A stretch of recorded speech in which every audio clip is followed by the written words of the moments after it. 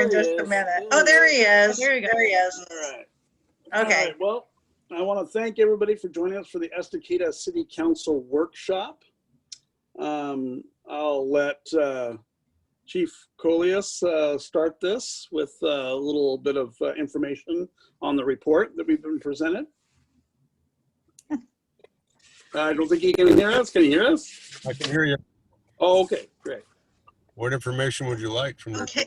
So the chief is here to answer questions. You guys were going to have some questions for him regarding training and statistics and what would be possible to get. And so he's here to answer any questions you guys have regarding their programs. Okay, great.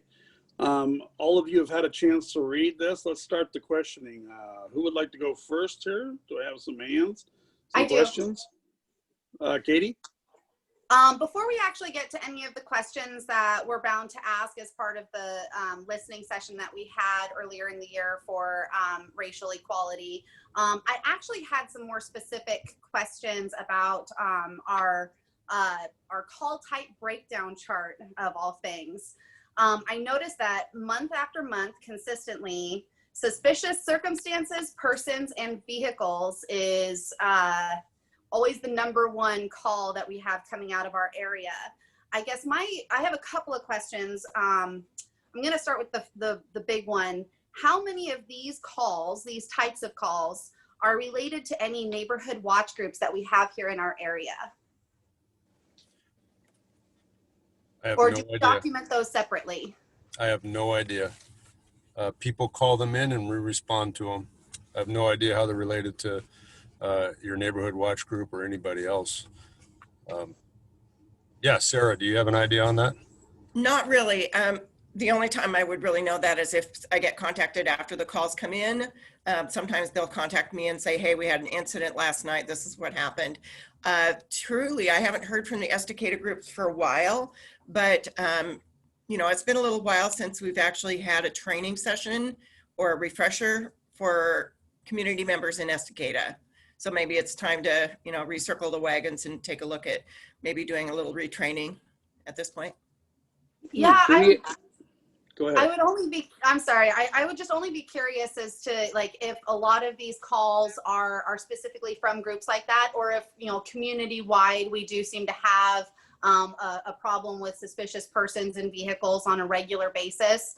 And if a great deal of these calls, or the number of these calls coming in, are from neighborhood watch groups that we have established in the area, it would be really nice to somehow create some sort of a separation of, you know, which types of calls are coming from the neighborhood watch groups and which ones are coming from average everyday citizens. That way we can better track where there is a greater community concern, is I guess where I'm kind of going with that. Wow. Well, I'm not sure how we would capture that from our end, you know, because we really don't necessarily know unless they self-identify as being part of a neighborhood watch group when they call. And even then, it's not something that we would be able to filter easily. I know that we have had some neighborhood watch groups who share information back and forth via email groups or Facebook or whatever, and they may be able to compile their own data of, you know, what things have been called in by their group. Some of the groups do track that in various parts of the county, but I don't know that Estacada has any groups that's doing that currently. Okay. Well, I was mostly curious about that. So thank you. I was just, I guess in a perfect world, it'd be nice to have that data separated, but it's not always possible. And I understand that. So thank you. Okay. Some more questions? Anybody? They came all this way. Now's the time to get back. Kimberlee? Yeah, I was curious if you have any demographics on that match up to these calls. Are they men? Are they women? Are they teenagers? As in who are responding to see if they're suspicious, or as in who made the call? I'm at who you're engaging when you're responding to a call, or when you are a self-initiated call. So the folks that you're connecting with, That would be Okay, on all self-initiated calls, if you're talking about people of color or gender, before we clear the call, we have to mark down in a data system the perceived race of the person, perceived age of the person, and what their gender was, and that is all tracked by our agency and the state police. As far as people who we get called on, we don't necessarily mine that information. We can mine that information out of the call. This is the description of the person, but quite often when we're called a suspicious person, we go check it out and they're not suspicious at all. So we leave.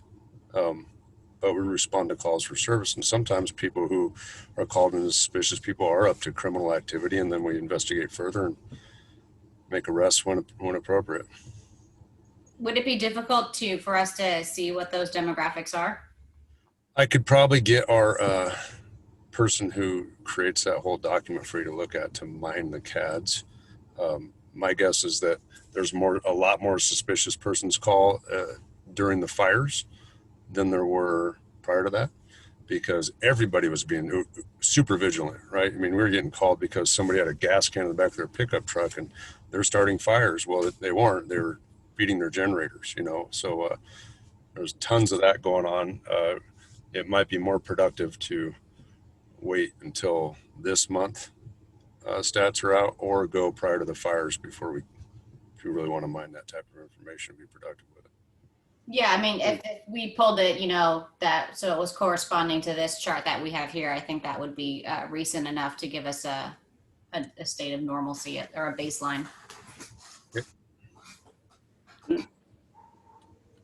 I just want to piggyback off of what Counselor Ables was saying. It did come up during our listening session that some minority groups here in Estacada feel like they might be more targeted during the self-initiated calls or, the self-initiated responses by the Clackamas County Sheriff's Office.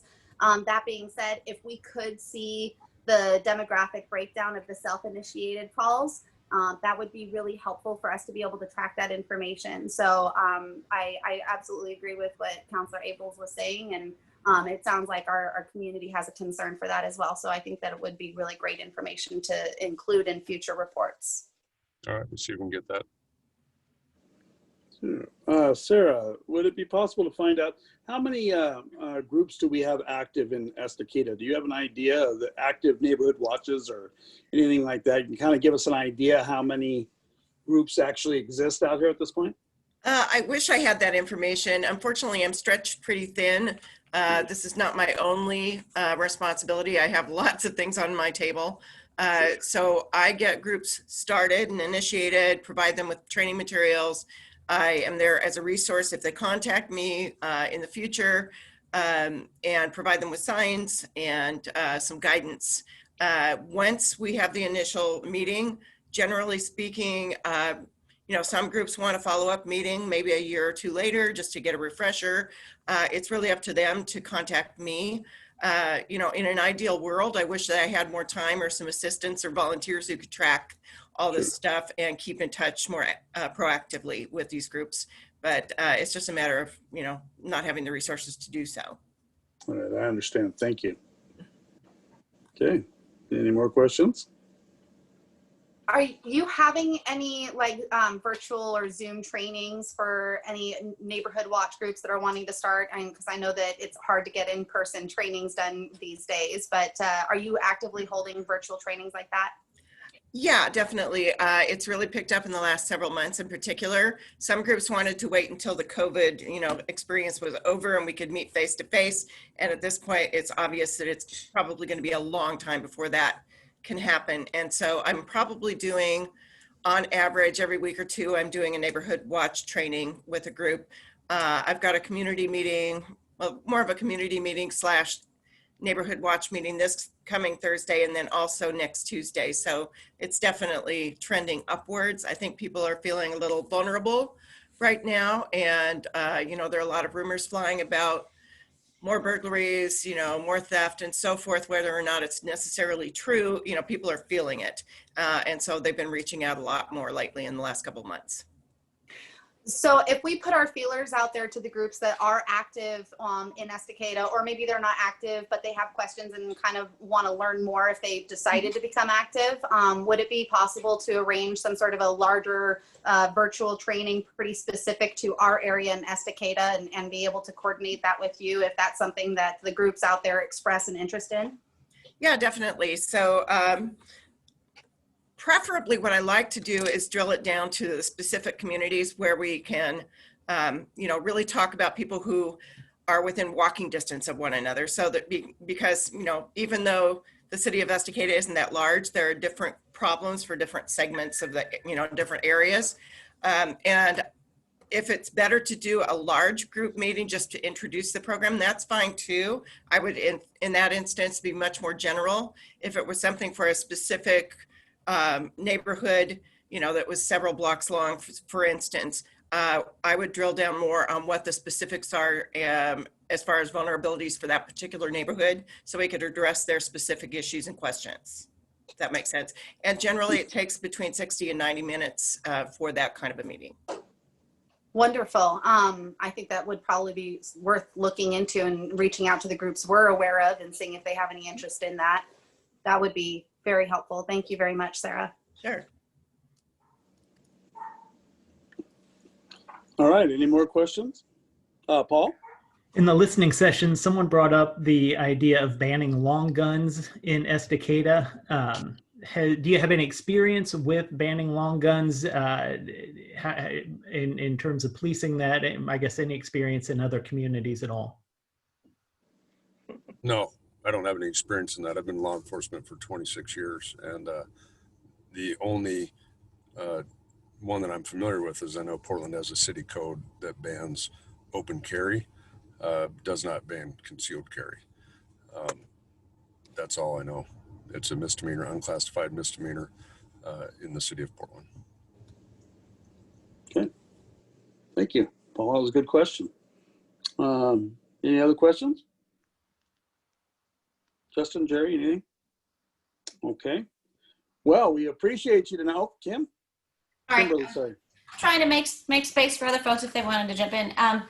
Can you talk about any upcoming or recent training for officers related to diversity, equity, and inclusion, or any of the concerns that we have been hearing about overrepresentation of people of color and stops and treatment, or just anything related to that kind of work outside from what folks get when they're in their initial training? Absolutely. I can tell you that 26 years ago when I went to the police academy, they were teaching us that we don't have the luxury in Oregon, I don't know about other states, we don't have the luxury to look at people's skin color and make a determination on anything that they're doing as being suspicious or not, or represent criminal activity. We have to look at people's behavior, solely their behavior. And I was taught that 26 years ago, and that's the way that I've run my whole career, and that's the way that all the police officers I know run their career. And I know people think that that's simplistic, that you shouldn't look at skin tone, but you look at what Martin Luther King Jr. said back in his dream. That was his dream, that we shouldn't be looking at people's skin color to determine what type of person they are. We're all people. Every police officer I know that I've worked with feels that way.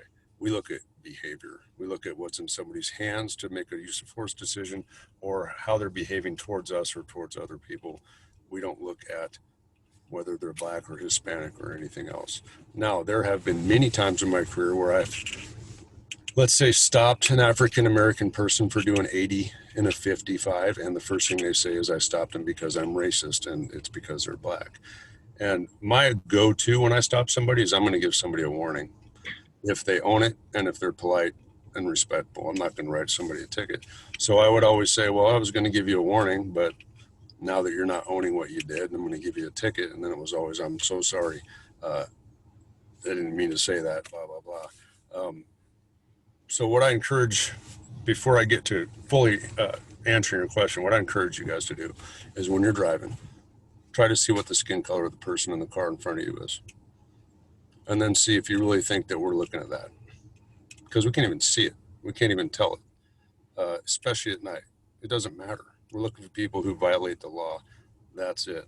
Now, with that said, that was 26 years ago, and it was ingrained in us that if you do that, you're going to get fired, and you're probably going to go to jail. And in fact, in Oregon, it's unethical to even get a free cup of coffee. Other states, it's expected. You go into a restaurant, you get free coffee, you get free food. In Oregon, it's not like that. So police officers in Oregon have been raised for decades on this premise of ethics in policing, and that we are to do things the right way, follow the Constitution, and that's it. Are there bad apples? Of course, there are bad apples. But we try to erase that or get rid of that just in our testing process. Our testing process from the time they drop off their application to when they're out on their own as a police officer is 18 months. Only 3.5% of applicants make it through even our hiring process. And there's questions about diversity that are asked on initial interviews. And if any issues with diversity come up, they're disqualified. Then they go to a 6-month police academy. And in that academy, nowadays, they are learning about implicit bias, diversity, de-escalation, cultural competence. After all that, they come back to our agencies and they get 40 hours of crisis intervention training, which includes de-escalation with mentally ill people. We partner with NAMI, which is an outside partner for that training. And then they have 17 weeks with a field training officer teaching them real-time police work. We are one of the only agencies, probably the only agency in the state actually, that 2 hours a month is dedicated to use of force and de-escalation for our deputies. As far as training right now for our whole office in diversity, equity, and inclusion, no, because it's ongoing. It's always that way. It's from the academy on. It's what's expected of us. I'm sure every one of you guys in that room have been stopped by a police officer. I have too. It sucks. Okay. I don't like it. You don't like it. It's just the way it is. It's a bad day when you get stopped. I can understand why a person of color might think that they're getting picked on if they're stopped by the police, but all of us get stopped by the police because police officers are actively looking for people doing wrong. That's called proactive policing. We're stopping people for, around 2 a.m. If you don't have a license plate light on your license plate on your car, you're going to probably get stopped because we're looking for drunk drivers, right? And that's an infraction. You're never going to get a ticket for not having a license plate light, but we're going to use it to stop somebody to see if they're drunk. That's proactive policing. We're not looking to see who's behind the wheel. Don't care. We're looking for an odor of alcohol when we walk up to it. That's just what we do all the time. So I hope I answered your question. If not, ask it again because I'm old and I forget. No, that was a great answer. Thank you. Yeah, that was super. Thank you. Anybody else have any questions for the chief? Everybody's confident? Got everything answered. Sarah, go ahead. I do have a one-page flyer that I can electronically send so that you can have something to distribute to your citizens that explains the Neighborhood Watch program and what it entails. Sometimes there's some resistance because people think that, they're signing up for something that's going to be really difficult. It's not. It's a little bit of work at the beginning to get all the information from all of your neighbors, but then it's pretty easy to keep it going. So if that would be helpful, I can send that off to you guys. I think it would be. I thank you for that. Appreciate that. Any other questions? Yeah, sorry. Since we get you guys for 60 minutes and we're only 20 minutes into this, I was actually really hoping that you could just give some sort of a brief general statement about what you noticed, what your department saw during the evacuation of the wildfires, and during the period of time where citizens were evacuated from their homes. I guess just kind of talk to us as the council what your experience was, and if there were any lessons that your department may have learned that we can maybe do better as a city, or maybe we can try to learn from also. I don't know about lessons for you or what the city could do better. I know we learned some lessons, so we put everyone on 12-hour shifts and we made it 7 to 7, 7 to 7.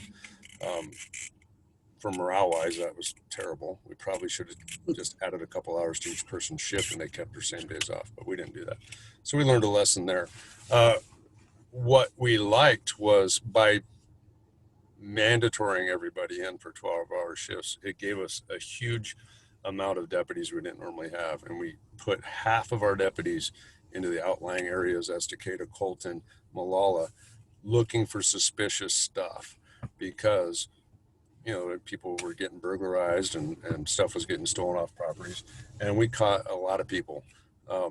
And a lot of the citizens were super happy to see, you know, every time they turned around, there's a police officer. Now, we did have a problem with these militia folks thinking that they needed to do stuff because there weren't police officers. So we dealt with that. Had a lot of conversations with them as you know, and one of my off-duty sergeants got stopped 3 times one night, boxed in by militia members or armed citizens, and basically said, look, you need to knock it off or you're going to jail. So we had a lot of conversations with folks who did that. I'm sorry, I probably already lost most of your question, but I got something shiny just drove by, and it shiny thing. It's like a squirrel.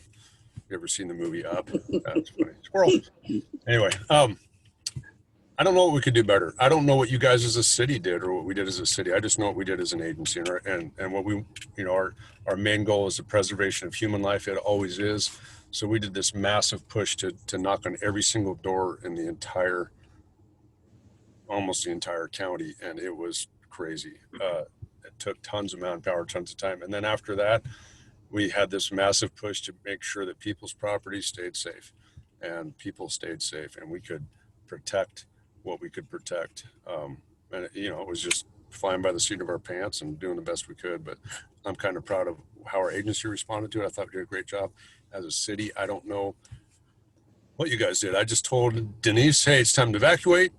She goes, okay. And I said, hey, you can come back in, you know, we're going to go to a level 3 or a level 2. And that's all the communication that we really had. The rest was just us roadblocks and stopping people.